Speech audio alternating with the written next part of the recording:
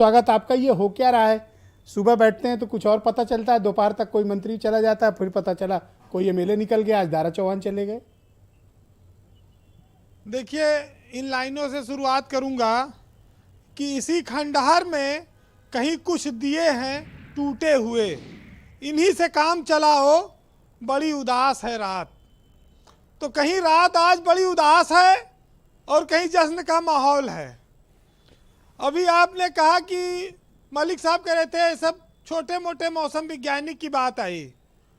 मैं तो कहूँगा कि भाई राजभर साहब वैज्ञानिक हैं और ये सब लैब टेक्नीशियन हैं जो वहाँ पर मिक्सचर उक्चर मिलाते हैं।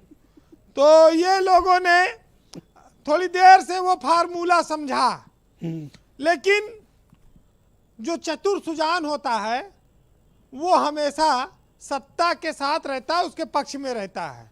वो जानता है कि कहाँ सत्ता आएगी, किस करवट बैठने वाली है। एक टाइम ये कहा जाता था नरेश अग्रवाल उत्तर प्रदेश में जिधर जाते हैं वो पता कर लेते हैं सरकार किसकी बनने वाली है। अब ऐसे उत्तर प्रदेश में बहुत सारे लोग हैं जो हर चुनाव में परिवर्तन कर लेते हैं।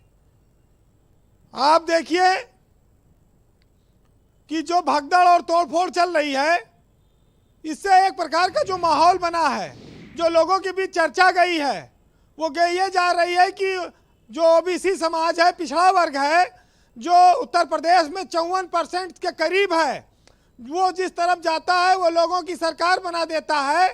वो समाजवादी पार्टी की ओर एकजुट हो रहा है।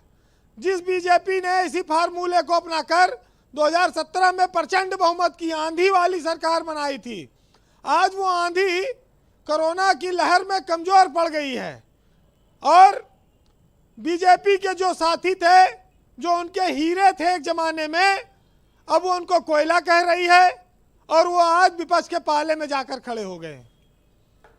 तो ये कुल मिलाकर संकेत साफ है कि राजनीति में बहुत बड़ा परिवर्तन होने जा रहा है और अखिलेश यादव इस समय संपूर्ण विपक्ष के एक बड़े नेता बने हुए हैं।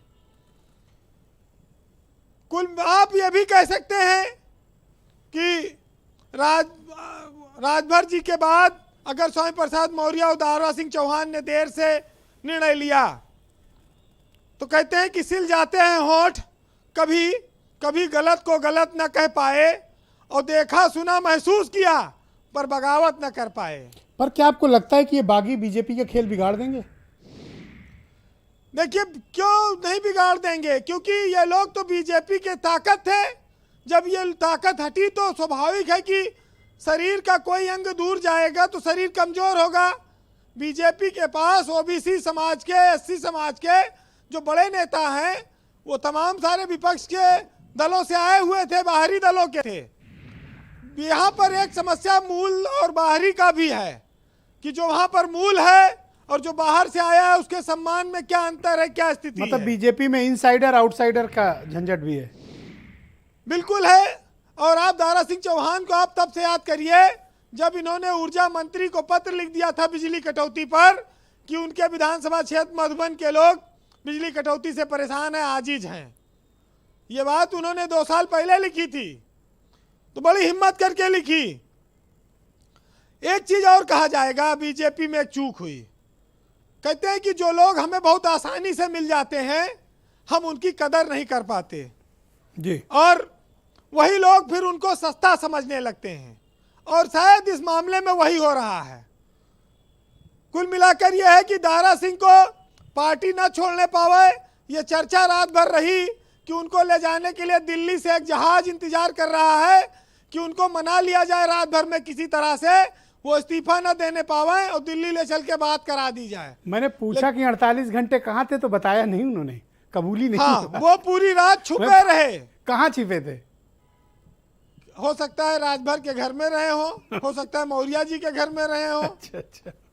छुपने के तमाम ठिकाने हैं, लेकिन ये जरूर है कि ये जो चीजें हो रही हैं जी, ये बगावत को आप देखिए, या बगावत के लिए कहा जाता है कि बगावत जो होती है वो तब नहीं होती जब अधिकार न दिए जाएं। बगावत तब होती है जब अधिकार देने के बाद भी उसे छीन लिया जाए। जी बीरेन जी, आज थोड़ा मंत्री वक्त पद पर का रहकर जो लोग जी अपने दिल की बात, मन की बात नहीं कह पाते, आज जब वो सत्ता में गए, जब चुनाव का वक्त आया, उससे पहले देते तो स्वामी प्रसाद मौर्य हो सकता है गिरफ्तार भी हो गए होते, उनके खिलाफ वारंट भी हो गया, ऐसे बहुत सारे मुकदमे लगेंगे। लेकिन दारा सिंह ने कहा भाई हम लोग जेल वेल बहुत गए हैं। आज जी। जो समय है ये राजनीति में बदलते मौसम का संकेत है। जी कहते हैं कि बदलते लोग, बदलते रिश्ते और बदलता मौसम, चाहे ये दिखाई ना दे लेकिन महसूस जरूर होता है, और जो इसे महसूस नहीं कर पाएगा वो चूक जाएगा। आज मेरे एक मित्र हैं आशीष मिश्रा, इंडिया टुडे के बहुत बड़े पत्रकार हैं उत्तर प्रदेश के। मैं उनकी 4 लाइनें पढ़ूंगा, बहुत मौके पर उन्होंने लिखी है, सुनिएगा। जी शर्मा जी की चाय जी। कि मोहब्बत के चिरागों को जो आंधी से डराते हैं, उन्हें जाकर बता देना कि हम जुगनू बनाते हैं। और सियासत 2 किनारों को कभी मिलने नहीं देती, चलो दोनों मिलकर किसी दरिया पर अब पुल बनाते हैं। बहुत बहुत शुक्रिया बीरेन जी आपका, बहुत